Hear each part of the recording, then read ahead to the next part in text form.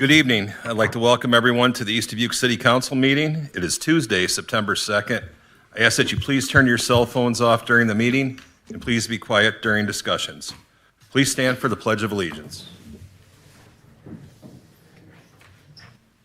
I pledge allegiance to the flag of the United States of America and to the republic for which it stands, one nation, under God, indivisible, with liberty and justice for all.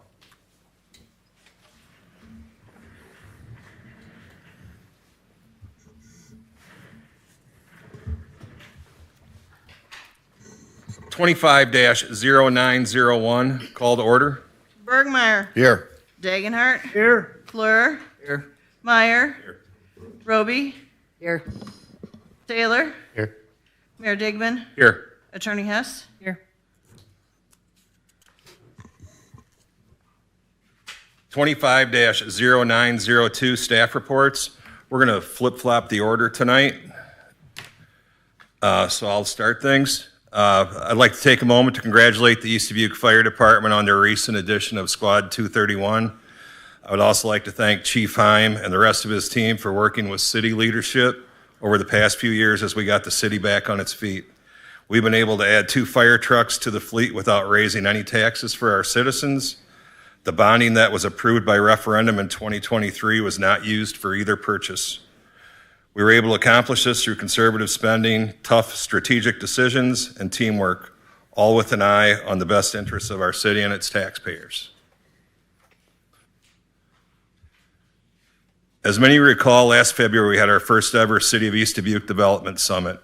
The goal of the Development Summit was to help the city grow our tax base, which is difficult for us being bordered by the Mississippi River on one side and the state of Wisconsin on the other.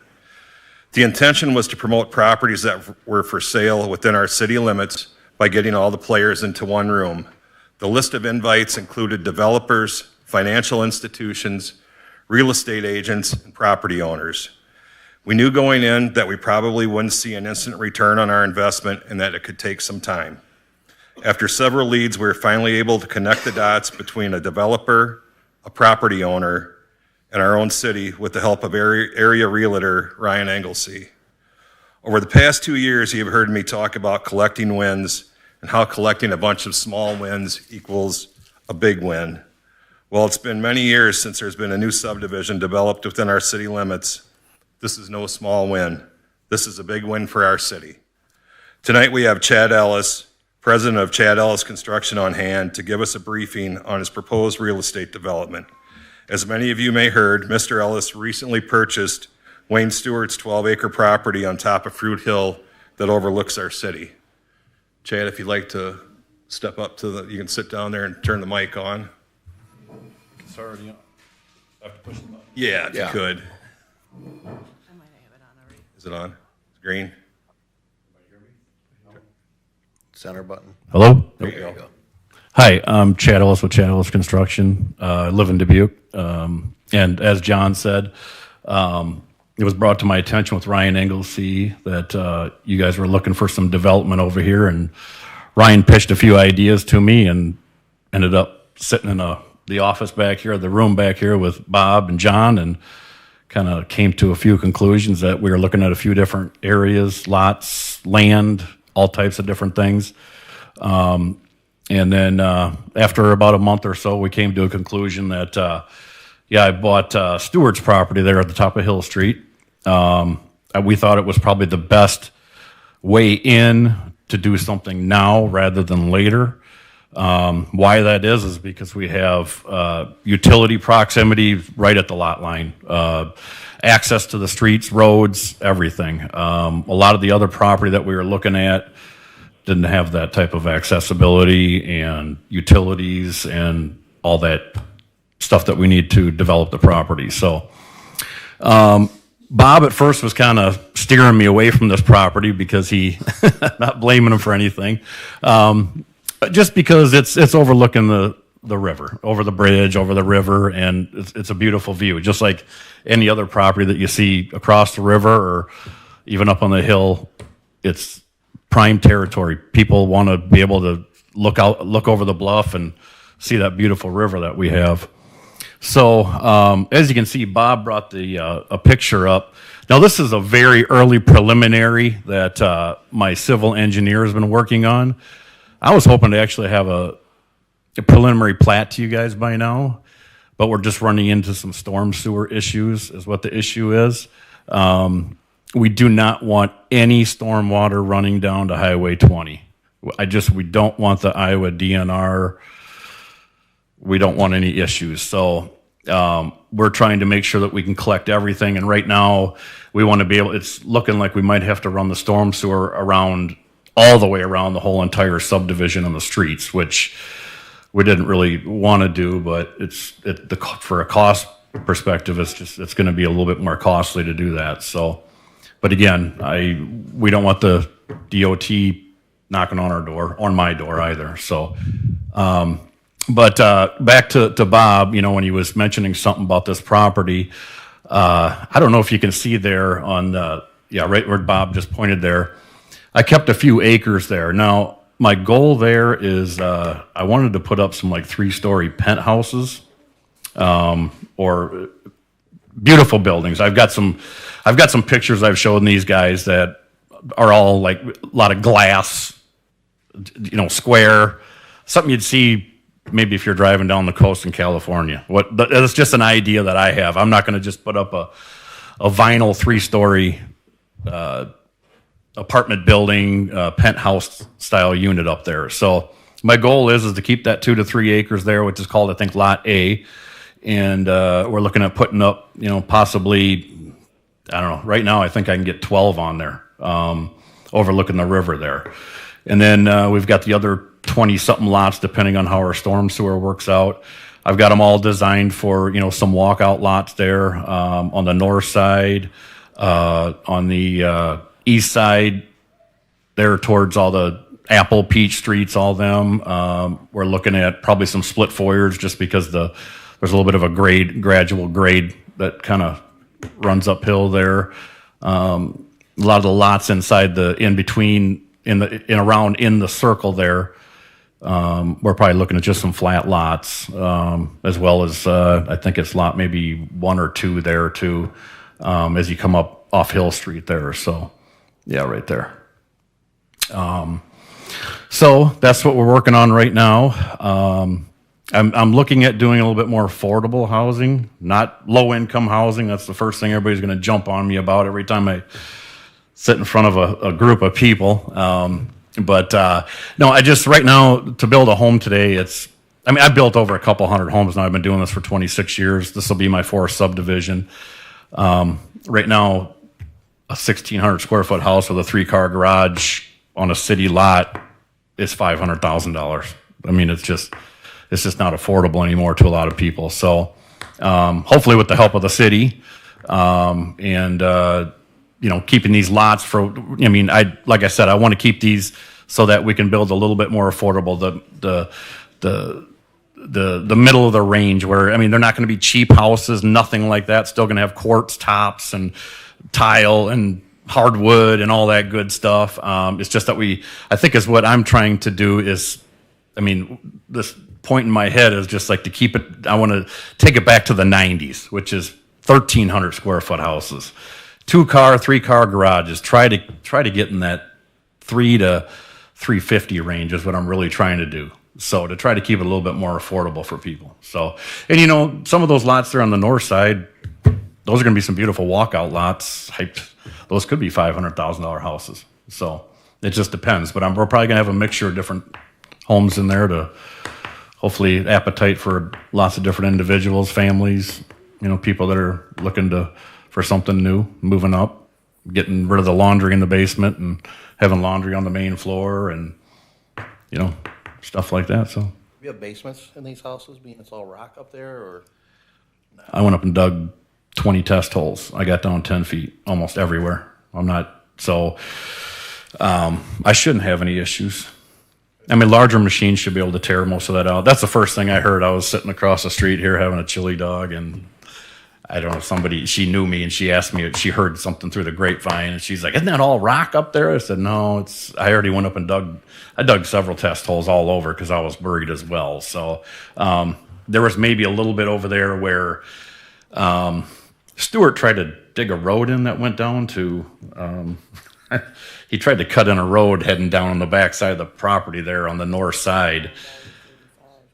And it was maybe, I got down maybe about 9.5 feet, and I started hitting some cleachy stuff. But otherwise, I got down about average 9 to 10 feet everywhere. My mini hoe would reach down to 11 feet. So I was up there for all half a day on Saturday digging holes, and I don't think we'll have an issue. So, but if we're going to raise, most of the houses will be raised up a foot. You figure with grade and everything, but I think we'll be okay. So I had Chuck Williams just stop up. I know I've known Chuck for a long time, and he didn't see any issues either. So, does anybody have any? I think this is really exciting, and I think from the first time we talked, when you came in and we're talking about affordable, something that people could afford to get into, I think that really speaks to a need that is out there, and walking that line, ensuring that it's high quality, and yet is something the size that people can get into owning a home. I think it's something we don't have much of here. We also have, I'm contacted by a lot of seniors who are looking to get out of a big home and get into something smaller that's a little more accessible. And that opens up some of the bigger homes for other larger families and those kind of things. So I think that was exciting. But yeah, I wanted all that was great and sounded exciting. But then the fact that now we can do that and not give up that kind of $1 million view in the front on the riverside is, I think, really, really answers everything that we want as a city. So it's been great working with you so far, and we look forward to it going forward. All right. Anybody else have any questions? Are you going to make this an HOA or? Yeah. Well, it'll be covenants, not a homeowners association, just covenants. Yeah, covenants are there to protect. I mean, if somebody goes and spends, say, $350 or even $500,000, we don't want them raising Dobermans in the backyard. We don't want them stacking firewood in the front yard and it sits there for 6 months, or parking RVs in their driveways year round. That's that's what they're there for. I mean, just the aesthetics wise too. We want to keep it a minimal roof pitch, just different things like that. So That'll be great. Yeah. So it'll be up. I'm excited too. Absolutely. I can't wait to get going. I was hoping I wanted to break ground yet this fall if we could push it all through. It's looking probably more like spring, because if I did start moving dirt, we're talking probably not till November by the time maybe we got everything through. And I don't want to take that vegetation off the top because that's my protection from frost. And then come springtime, it might be a little bit more of a challenge, where actually we could probably just hit the road running right off in the spring with, hopefully it's not going to be as frozen, and hopefully come March I can start moving dirt. Sand. It's sand. Sorry. That's a sand. It's low. It's a special sand. I'm not sure what the people have told me what it is up there. But. Cattle sand. What's that? Cattle sand? Yeah, it's a wet sand. It's a real packy sand, yeah. So. Chad, Put it in their stockyards and stuff to clean up the crap. Yeah. can you refresh my memory as far as a timeline with the condominiums out front?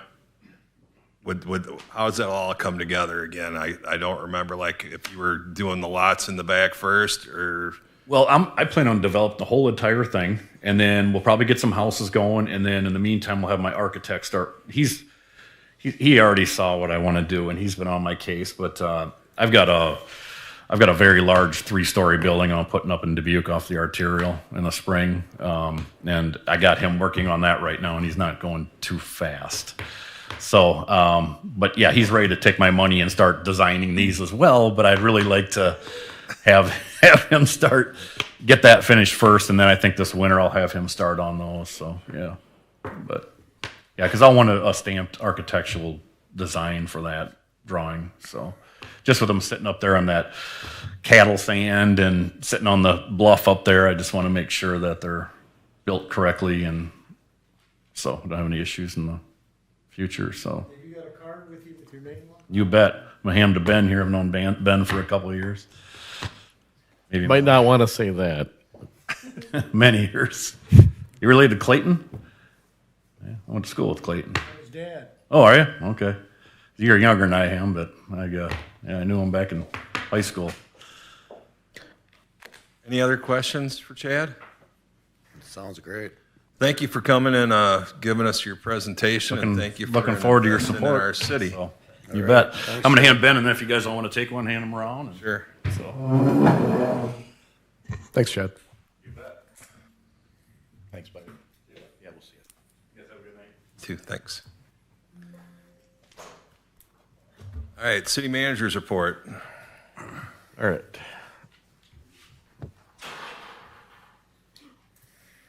So,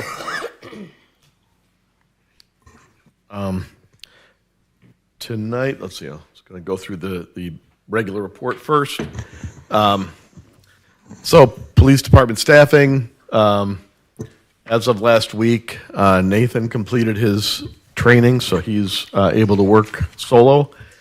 And Jeremiah, who was our school resource officer last year, has left.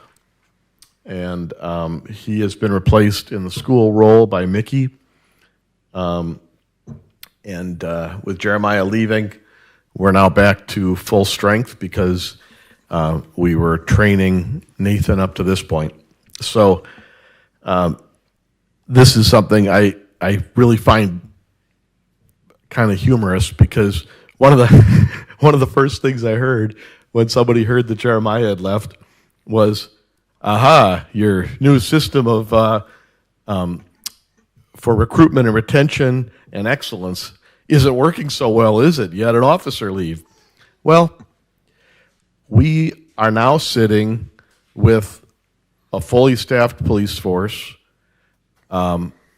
We counted on an officer leaving. We also tried to keep an officer from leaving.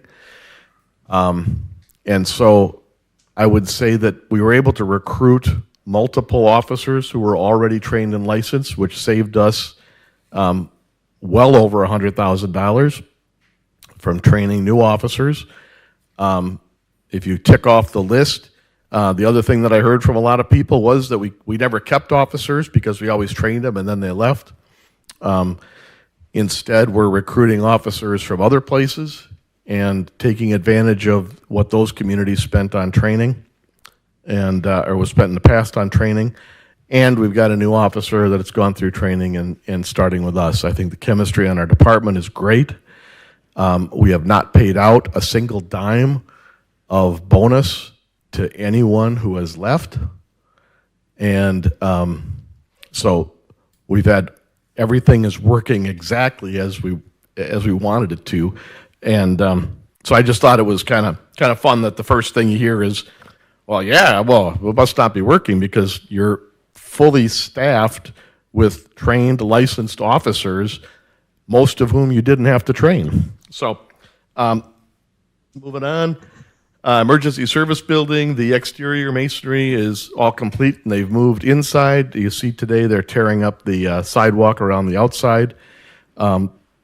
First little glitch that we ran into today, Temperley was pulling out the concrete floor on the inside of the archway where the main entrance is going to be and discovered that there is a second cistern down there. So he pulled the concrete off and there was a 10-foot drop.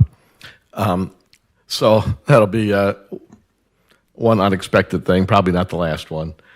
But work is beginning and I think we're on schedule. Oxford is well underway. I think we're through now the water and sewer portion. We're into the stormwater, sidewalks, retaining walls, and then paving. So that project is going well. The Jordan culverts, we took a shot with the aid of the fire department, and I really appreciate their work. It's one thing when you have volunteers who are willing to go out to do the job that they were brought on to do, but then when you can ask them to serve the community in other ways, that's even better. They brought a deluge gun down, and we were able to blast out the culvert that runs under the CN. We attempted to blast out the culvert that runs under the old road going up the hill. We weren't able to get all that out, although we were able to, I think, improve it slightly. And so we're moving ahead with plans to open air that into a ditch as soon as we're able to, but I think we got our proof of concept that we're able to keep that first culvert at the bottom of Jordan Avenue clear. The fire department, the deluge gun took maybe 5 minutes to clear a complete blockage end to end of that thing. So that was a great thing to learn. Squad 2 is back in service. We talked about that. It's got a new engine, and our new fire apparatus, as the mayor mentioned, is here and ready to go. I wanted to also go through and give a budget update, and because we're going to be talking a lot about TIF now and in the future with the projects we got going, I had some presentation on that I can go through too. I'm going to turn so that I can, is this thing working? Okay. I'm going to turn so that I can face the screen a little bit. So just for a reminder, I brought back up some of the graphics I had from the TIF presentation a few months ago, just to remind everybody, because I'm hearing, you'll hear things about, questions about TIF are pretty regular. So the way that the TIF program works is it does not raise property taxes. The TIF program caps the property taxes that go to the local governments. So in 2007, with the downtown TIF, the tax rate that went to the tax value that went to the baseline units of government was capped. So the city, the school district, the technical college, the county, all those units of government had a cap put on so that if your value rose on your property, the increase in value, which is why it's called tax incremental financing, the tax increment goes to the city to use for the city development, both holding down costs long-term for taxpayers and directly developing, improving the value of the city. So a good example of that would be the development that Chad was talking about would be one thing. With what he's talking about, we can bring in greater value through those homes. We can bring in new people who are shopping and using the businesses in town, and and I think turning around the population reduction that's happened in the city. And so those are all the kinds of things that you can do with TIF, as well as things like the station and those kind of things. So I think because people saw it on their property tax bills when there was a reassessment, and the reassessment was huge for a lot of folks, they looked on their bill and all the money in that reassessment was on a line called TIF, and so they thought that it was the TIF taking their money. That money would have gone to all those other governments if it hadn't gone into the TIF pot. So this is, I showed last time, an actual bill for a home. TIF applies to homes, businesses, everybody who's property taxed. And so in this home, this is a 2008 property tax bill, and this taxpayer's net taxable value on their home was $12,500 in 2008. There's no mention on here of TIF. City of East Dubuque was getting $151 from that particular property taxpayer. So then you move down. This is 2023. Now this same taxpayer, this is the same house. It's now taxable value of $10,000. So it's actually gone down. So there's no TIF that's charged, that's taken on that property, because the value didn't increase. The value actually went down. So from 2008 to 2023, the value went down. There's no TIF on here. Here's the TIF line, and it zeroes all the way across. The city of East Dubuque, which had been taking 151 on the last bill, is now taking 117. So the tax from the city actually went down on this guy, partly because the value of his home went down by, 18% or something. Then you get to 2025, to the 24 bill. So his bill went from $10,000 in 1 year to $28,000 the next year, or his taxable value. So you have almost a tripling of the value of that property from the reassessment.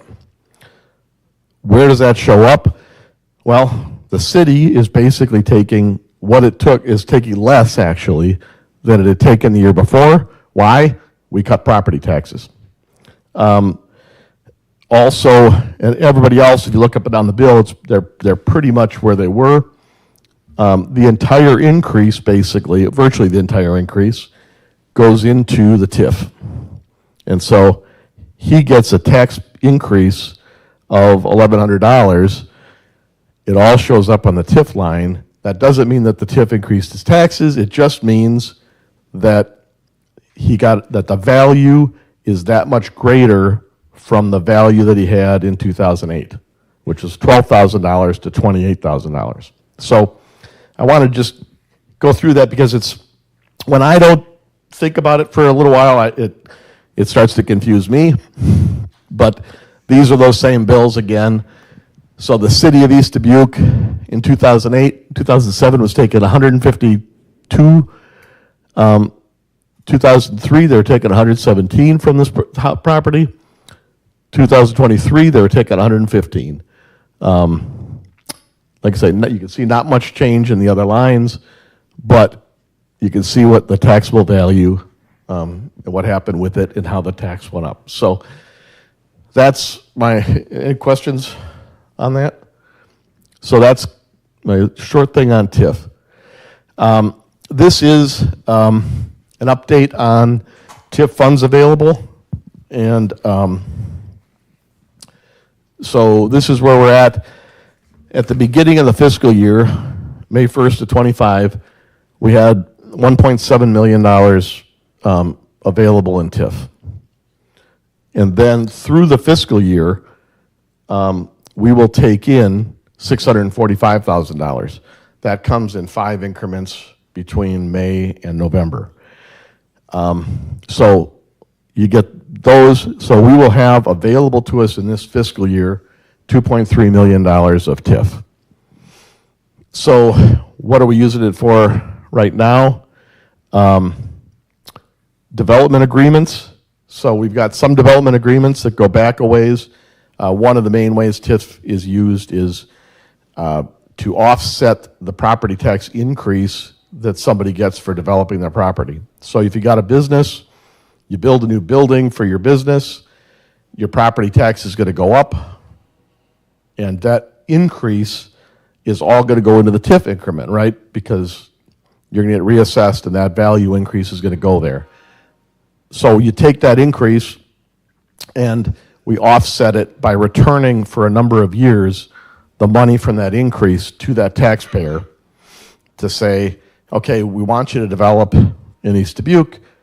We're going to keep your property taxes from going up due to the development that you had. And so we've got a number of those developments.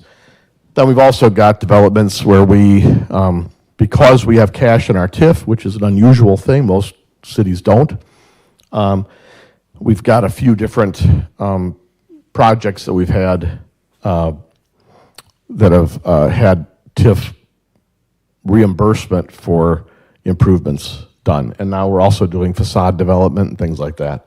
So we've got development agreements, project expenditures. Most of this is either the preliminary work on the new emergency services building or the water main that we ran on Highway 35. additional TIF agreements budgeted. So when we did the budget in April, we budgeted for some additional agreements. We didn't know what they were. Now we've done that for a couple of them. We've done a couple of facade agreements on Cincinnati. We didn't anticipate in that budget the development that Chad has, but we did budget for some of that.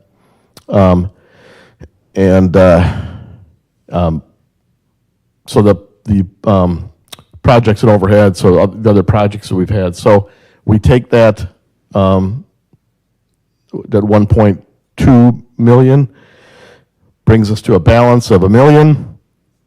At the end of this fiscal year, that would be what we would project based on what we budgeted in May.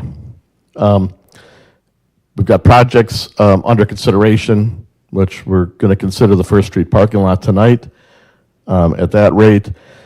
The emergency culvert repair on boat ramp is another thing that's on the agenda for tonight.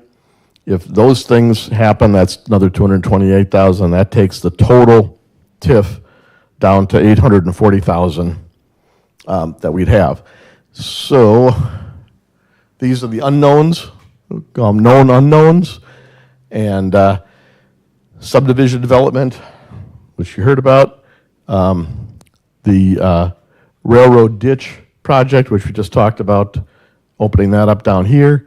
Additional costs for the emergency services building, which are budgeted in there. And potentially the Cincinnati water main is another thing that we're designing right now, which could be funded by TIF. So those are things that we could do. And so if you take all those, you take this down to $840,000 going into the next fiscal year, well, then you take that and you add next year's increase in TIF, which is going to be this or probably greater than that, and you add that to that, and we're back up to $1.5 million. So we did. So the bottom line, we'll do all this stuff this year, the ESB, all these other projects, spend almost $1.5 million. We're going to return back up to $1.5 million. The downtown TIF has to be closed out after 2030, by 2031. And so if we haven't spent the money that's in the TIFs, we lose it. It goes back to the other units of government. So that doesn't mean we should be unwise, but it does mean that we can be a little more aggressive. The other two TIFs both connect to the downtown TIF, and so funds can be transferred between those TIFs. And so we're going to be drawing on some of that for the fire station, for instance, which is a service to the entire city. It's not just the downtown. If the downtown TIF goes away, then the other two TIFs aren't contiguous, and then those would need to be zeroed out completely when they end, which is 2031 and 2036.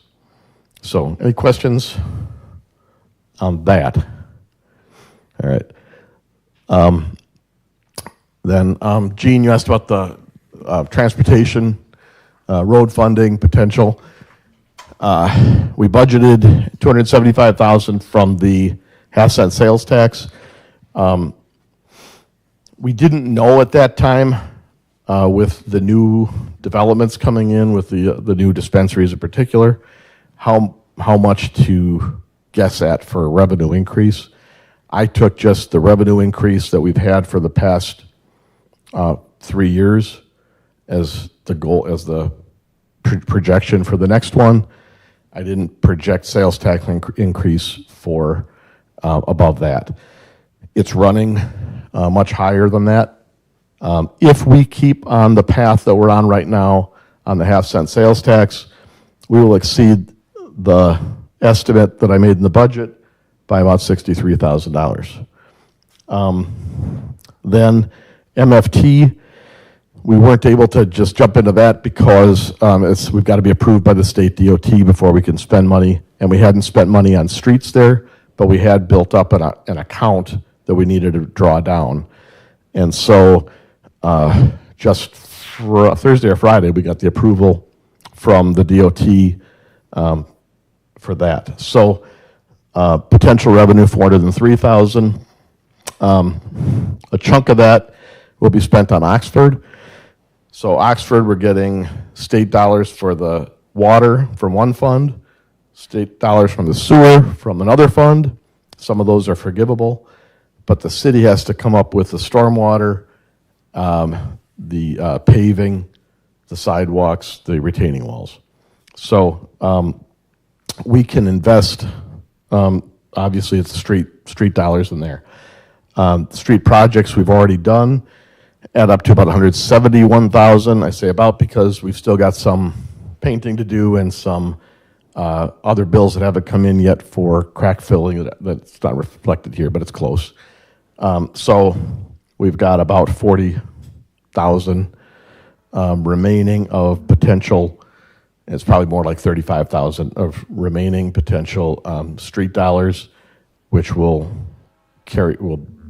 plan to use in the spring, do another tranche, but we didn't want to dive in too deep and get into trouble. So, any questions on roads? Where does our salt come out of? Does that come Salt comes out of MFT, out of MFT? and that's purchased. I didn't include that in the street calculation because that's, so MFT covers street lights, salt, and now it goes into roads too for us. Where are we sitting? Tony, where are we sitting at for salt this year? We're good. Are we? Yeah, we just made a purchase, I think. Yeah, that was all for last year's salt. Yeah. We still gotta buy this year's salt. What do we usually buy? I think I ordered 300 tons for this year. It's a lot of salt. Bob? Yeah. What's MFT stand for? Huh? What's MFT Fuel stand for? tax. Oh, yeah, I'm sorry, yeah. Yeah, so it's state money, and so we go through this song and dance with them to get approval to spend it. But it's always been used for street lights and salt here. So that is that. This is the budget update. I know my report's really dragging tonight, isn't it? So this is the first quarter of the year. And you got it in your packets.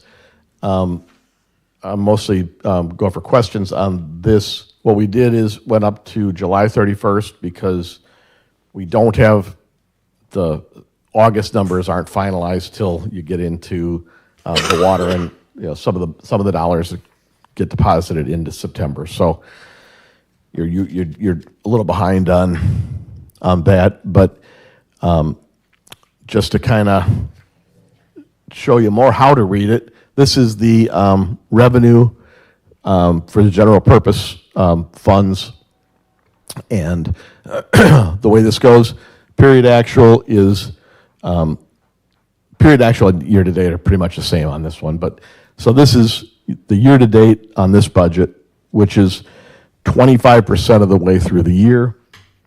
This is what we budgeted, and so this is what's remaining.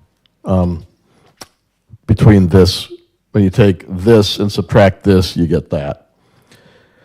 This is the percentage that we're at on those. So being 25% of the way through the year, generally a number above 25 is good, a number below 25 is not as good, except, for instance, corporate tax, that's the property tax, that comes in the 5 months.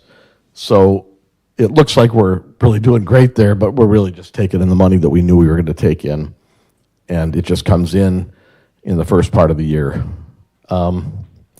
The utility tax is all over the place. Some of these, like the restaurant licenses, the liquor licenses is a good example. We don't take in any liquor license except for a new bar starting up until December, January, and so those numbers aren't going to show on here.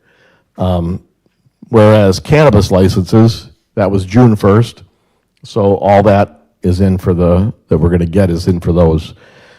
The stuff that's of interest, if you look at the cannabis tax, we projected, I think, a 30% increase in revenue for with tripling of the dispensaries. And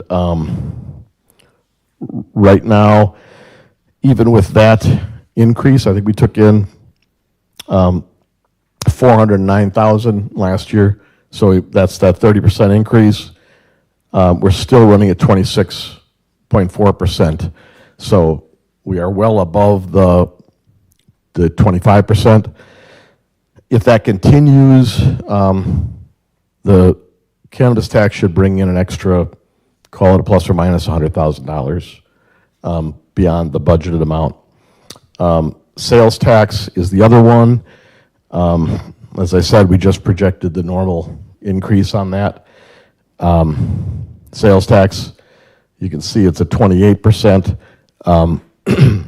That's running well over. So I guess that would be 100,000 over.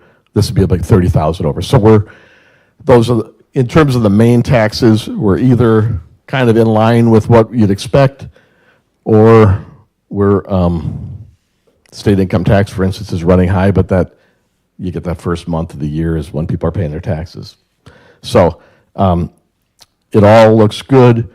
Revenues higher than the year. So any questions on the tax side? I think the only notable stuff is the increases in cannabis and sales tax.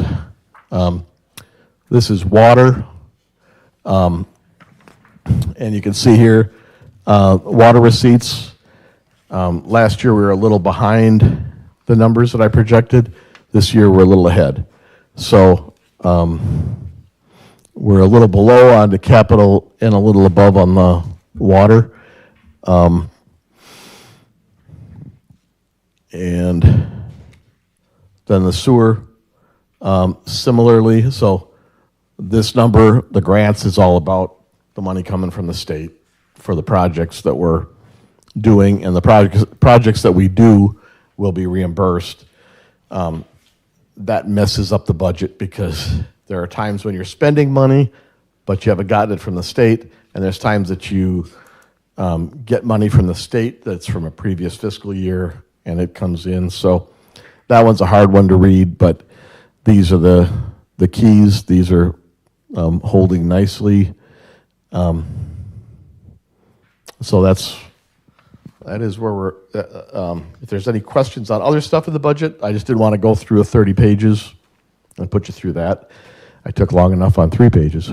Any questions or comments, or people like this format for a quarterly? I'll try to get into that. Okay, that's my report. All right, Alderperson report. Bergmeyer. Nothing to report. Degenhardt. Nothing at this time, Mayor? Thank you. Fluer. Nothing. Thank you. Meyer. I just had a couple questions from a couple of neighbors up on the hill. It was just informative. Just curious on in the middle of Montgomery Hill there in Oxford, they were just asking how long that middle spot with the gravel is going to be tore up there. Just curiosity, it's more than anything. I think that the concrete work, I'm not positive. I think the concrete work is all going to be done at one time. Is that your understanding, Tony? Yeah, that's what I understood too. So It'll be gravel for a little. it'll be a while. So they'll do the curb and gutter, the retaining walls, and that patch. If it was asphalt, they would probably come out and do it, but concrete is a different matter. That's all I have. Thank you. Roby. Up on Sydney Street, it's the second house from the end. They have a driveway that comes up in front of a little small yellow house back there.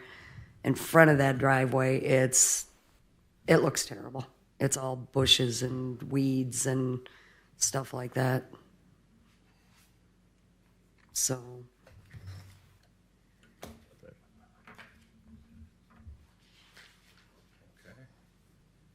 That's at the beginning of Sydney? Or No, that's no, it's towards the end of Sydney, going towards What's the hill, Sherwood? Did you cut something up there, Tony? No, he cut the corner Oh, where that sign was. It's that double driveway. okay. Yep. Yep. All right. Okay. Thank you. Anything else? No, that's all. Thank you. Taylor? Nothing tonight, Mayor. Thank you. City Attorney Hess? Nothing to report, Mayor. Thank you. Police Chief Kavasik? Thank you. Public Works Director Van Ostren? Nothing tonight, Mayor. Thank you. Chief Heim is not with us this evening.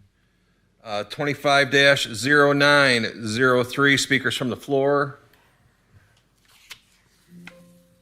We have none noted. Moving on, 25-0904, consent agenda. Still move. Second it. Roll call. Bergmeyer. Aye. Dagenhart. Aye. Fleur. Aye. Meyer. Aye. Roby. Aye. Taylor. Aye.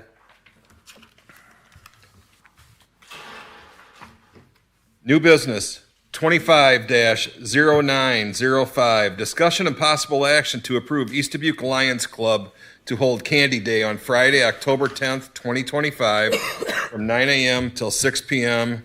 at Wisconsin Avenue and Cincinnati Avenue, Wall Street intersection in the city of East Dubuque. So move, Mayor. Second. Roll call. Dagenhart. Aye. Fleur. Aye. Meyer. Roby. Aye. Taylor. Aye. Bergmeyer. Aye. 25-0906, discussion and possible action to approve final payment to R&W Restoration LLC in the amount of $5,000 in the city of East Dubuque. So this is just the return of the retainage. They did an amazing job. Really beautiful improvement on that building. A motion to approve. I'll second. Roll call. Fleur. Aye. Meyer. Roby. Taylor. Aye. Bergmeyer. Aye. Dagenhart. Aye. 25-0907, action to award pre-approved June 2nd, 2025 TIF Award 25-0606 payment for Miss Hydes in the amount of $3,641.57 in the city of East Dubuque. So you've seen the work that's been done there. I think it's real nice. We've gotten, you can see down the street, Joe Herring's business is also undergoing a facelift. It's going to be very nice. And we've gotten 2 more facade grant applications in today. So really pleased with how that program's going. All right, any questions? Okay. Second. Roll call. Meyer. Roby. Aye. Taylor. Aye. Bergmeyer. Aye. Dagenhart. Aye. And Fleur. Aye. 25-0908, discussion and possible action to approve payment of request for reimbursement made by Ms. Hydes pursuant to ordinance number 25-0426, encouraging replacement of sidewalks adopted by the mayor and city council of the city of East Dubuque on April 14th, 2025, in the amount of $400. So this is covering the cost of the concrete for the repair that they made. I'll make a motion. Second. Roll call. Roby. Aye. Taylor. Aye. Bergmeyer. Aye. Dagenhart. Aye. Fleur. Aye. Meyer. Aye. 25-0909, discussion and possible action to approve notice of intent to Temporally Excavating Incorporated for paving and stormwater management to create a paved parking lot that mitigates property damage through improved stormwater management in the lot at First Street and Wall Street in the city of East Dubuque. So this, really pleased with how the bids came in on this one, especially Temperley's bid. It was projected at $195,000 cost, And the second lowest bid was $192,000, and Temperley came in at $162,600. So $32,000 under the engineer's estimate, and I think it's going to be a great improvement for the downtown. I have a question. Yeah, there'll be some discussion, questions and discussion. So how, by paving this parking lot, does it mitigate the stormwater that we're already having a problem with on First Street? As you saw, the stormwater's backing up and into basements down there. This has a plan that cuts, it's a very flat area, but it cuts a swale in that will drain the water off the parking lot. That swale would be impossible with either gravel or just with the asphalt. But we're putting that in with concrete that will drain it, and then paving the rest of it keeps that from filling in as it has in the past.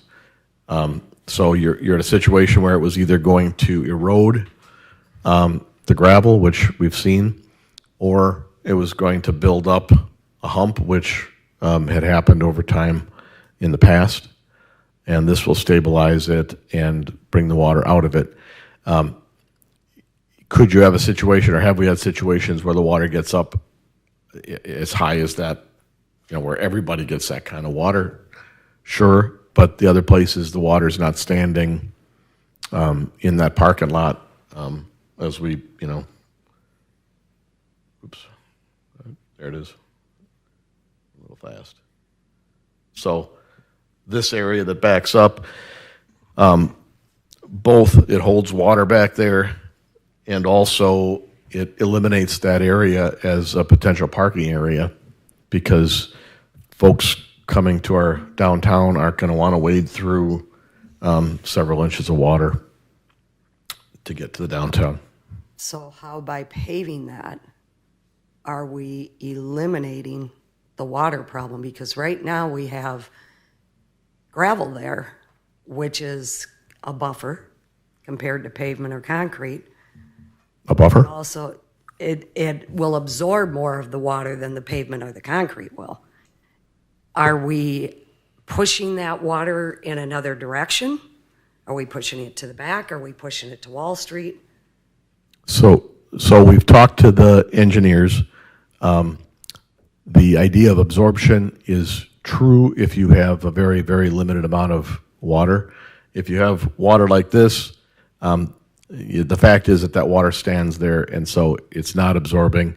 And when it's falling fast, the idea of absorption doesn't play a significant part in it, and I'm getting that from our engineers. But that area is higher than the street, and so we're able, with the way this pavement is designed, to take that water and bring it to the street where there's a culvert. Culvert goes underneath the railroad tracks, through the city garage area, and out to the river. The problem is we already have a problem with that culvert. That First and Wall Street floods all the time. Now you're going to be sending all this additional water to it before we have that problem solved. Well, it's one thing or another. Either it's gathering back there and going into people's basements, or it's going to the street and being handled as well as the system works. It really doesn't work both ways. Either that water's going to go somewhere, and it's going to flow. It's going to either stand or it's going to flow downhill. And so the only place for it to go is First Street. And Then we're the pushing only it on place. to other property owners. It's Well, gonna that's go down the that's street and- part of another. Well, so I'm just, what my question is there a way we can fix First and Wall before we pave a parking lot? Put that money towards the fix at First and Wall, and then look next year into paving this parking lot. That way we're not adding a problem on top of a problem. So we've got an application in for a grant, which we should know about this fall. And that grant is for $6 million. I don't know if we're going to get it, but I know that we've got a very strong application because we're applying with a brand new stormwater plan from the DNR and with engineering that we had already done. The engineering we've already done, so that plan, that funding would cover reversing the flow of Wall Street. So right now, stormwater comes down Montgomery, it goes down Second, it comes and it goes all the way to First Street. And that's really the problem that we have with the culvert under the railroad. So the plan is to put culverts underneath Wall Street so that when it's a rain that can be handled by the existing culvert going under the tracks, it's handled that way. When it exceeds that, it'll flow from First Street to the Third Street ditch and exit the city that way. That's a we can either that whole project is bigger than we can handle right now, and with the potential to get a $6 million grant. My recommendation is that we do what we can on the parking lot. It's not going to make anything not going to make anything really worse on First Street. And then If you're when pushing we, that amount of water forward. well, what's sitting there seems like a lot of water when it's coming into your basement, but it's not a lot of water when it adds to the water that's coming down to First Street. So that water there is either that everything else is flowing over the top of that and going to First Street. This stuff is either going into basements or it's sitting there. So it's either significant or it's not. If it's significant, then we have to get it out of there as fast as we can to keep it out of basements and all that, and to keep the parking lot open. But it's when you're talking about the kind of rains that we've had that have filled up the intersection at First and Wall, it's not a significant increase in that water. The volume of water coming down Montgomery and coming from the bank basically all the way back to First Street and coming down Cincinnati from Jordan to First and Wall is much more significant than what's going on there. So we are taking every prong of this. We are trying to daylight the ditch at Jordan and Cincinnati. That will help with the situation. We're going after the state money to reverse the flow of Wall Street, and we are also with that grant. We would rebuild the ditch at Third Street. Right now, the ditch is essentially dammed by the by the DOT and the culvert that they ran across that. So the plan is to address those issues along with reversing the water. Also in the flats, when we rebuild the ditch, we'd be able to reverse the flow of some of that stormwater and address flooding in the flats. So that itself, the $6 million is phase one of that project. Phase two of that project would be to hold water back up the hill so that it's not rushing into adding to the problem during a rain event. So I don't think we can stop and wait for everything to happen, in some order.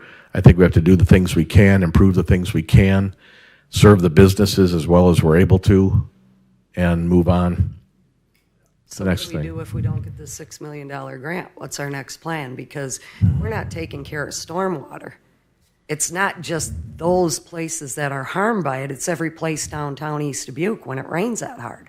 If we So why are we not saving money by not doing the parking lot this year and putting it towards some stormwater protection for the entire downtown district. Part of what I wanted to show with the TIF balance is that we do have the ability, working with the railroad, to daylight that ditch. I would be very happy to call Temperley tomorrow and say, tear out that culvert on the other side of the CN line if the railroad would let us do it right now. They have a big interest in doing it. They've still got the sediment from the last rain that's right up to their rails. So they need to do something. We need to do something. The amount of water that would move in that ditch and exit onto the river exceeds, and that's some of the water, as Don showed us. Some of that water that's coming back in here is coming from there. So it's not one thing, it's a both and. We have the money to be able to do that ditch as quickly as we're able. And I will try to pull the trigger, and we will move that as fast as we possibly can.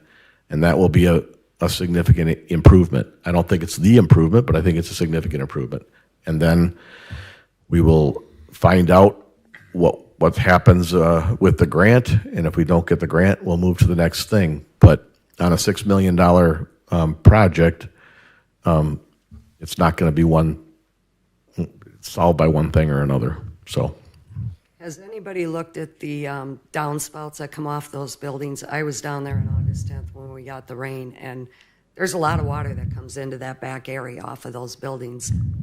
Can they put their downspouts underground? I see Colby's have them on their small thing. I see both Mike and Colby's have them between the buildings. They're down underground. Can't they put the ones in the back? That might help with some of the water too. And they're awful close to their buildings, so if they're getting water in their buildings, that could be some of their problem too. So by paving this, we're gonna get rid of this water? Is that what you're saying? that water that's standing there right now would not be standing there If it's if it was paved. That's correct. Mayor, I made a motion. Is there any further discussion or questions before we move forward?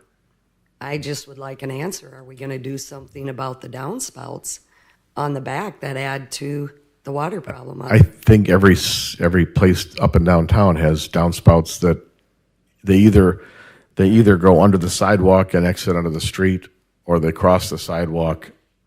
We've also got sump pumps that are putting water on the street. There's no place else for that water to go.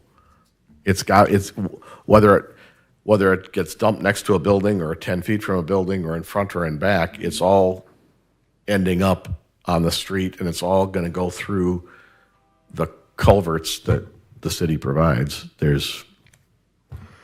We can't put it into our sanitary system, and the sanitary and the storm sewers are the only means we have of moving water. I wish it was different. I'm going to give my hot take on the project.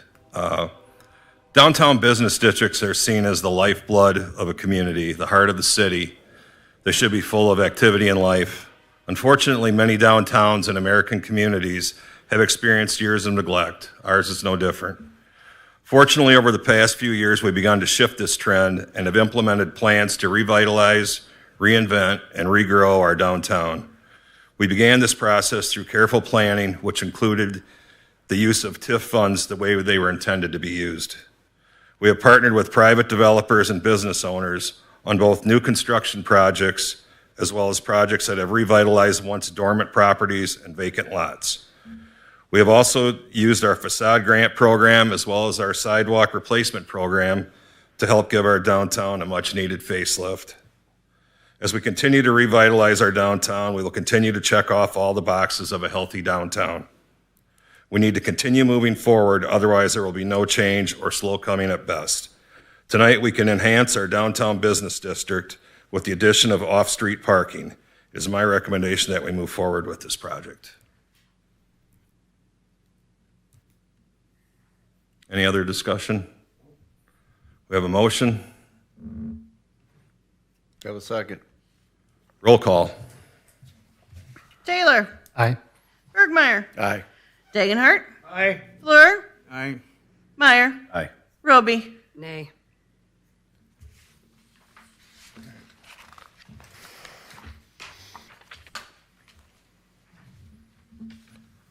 25-0910, discussion and possible action to approve recommended estimate from Louis Trenching Service Incorporated in the amount of $65,520 for emergency culvert replacement on Second Street and Menominee Avenue through the levy utilizing TIF funding in the city of East Dubuque.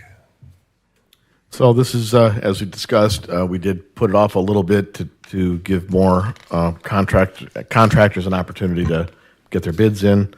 I think the bid recommendation is fair from Travis.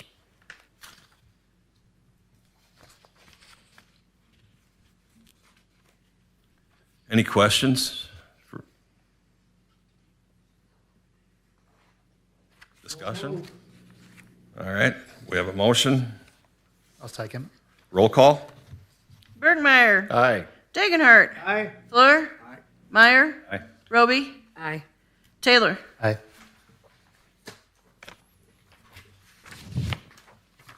Twenty-five -0911, discussion and possible action to approve IEPA PWSL 17-6365, 17-7079, and City of East Dubuque payment in the amount of $224,091.69, including Louis Trenching Pay Application Number 1, Origin Design, and CFPS Incorporated in the City of East Dubuque. So you can see, as we discussed, you have different funds for water, sewer, and then the local funds. But this is just paying as we're working through the project. A motion to approve. Second. Roll call? Dagenhart. Aye. Fleur. Aye. Meyer. Aye. Roby. Aye. Taylor. Aye. Bergmeyer. Aye.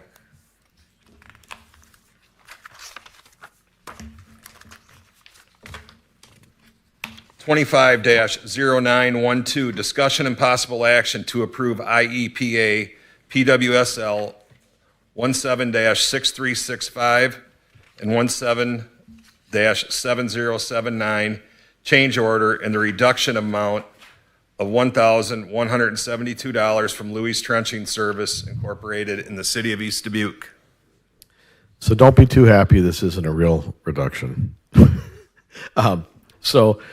The method that they were going to use to tie into the water main on Montgomery, this is part of the reason that it's been opened up multiple times and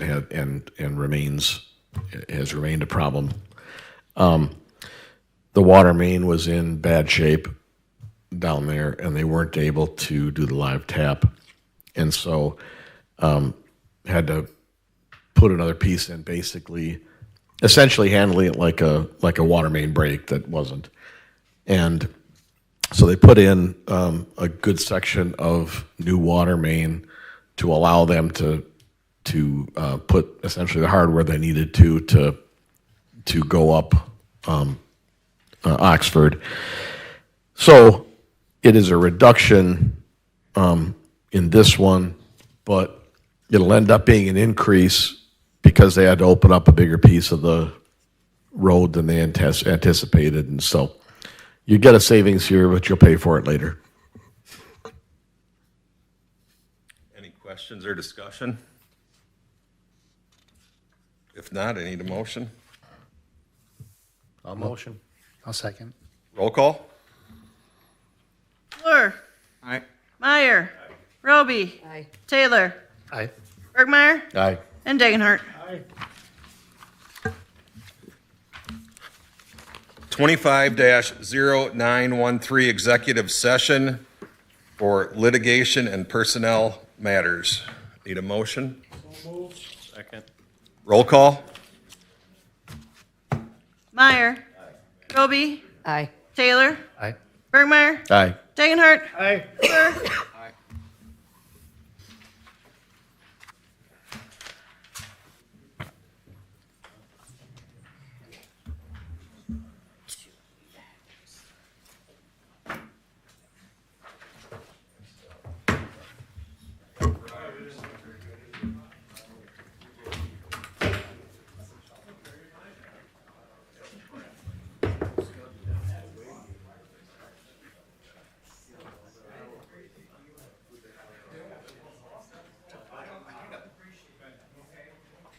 Oh, I'm sorry, Jeff.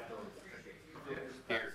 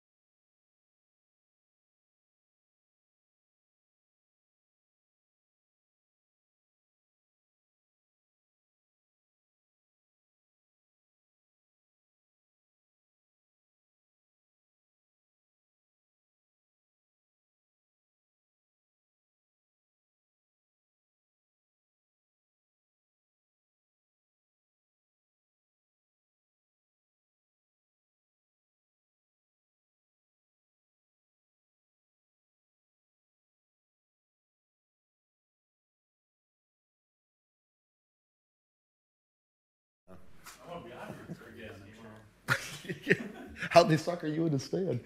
I was looking at some expenses on the sewer side. I'm stuck here now. Probably no action. Executive session. Were you listening? No, it's just 99%.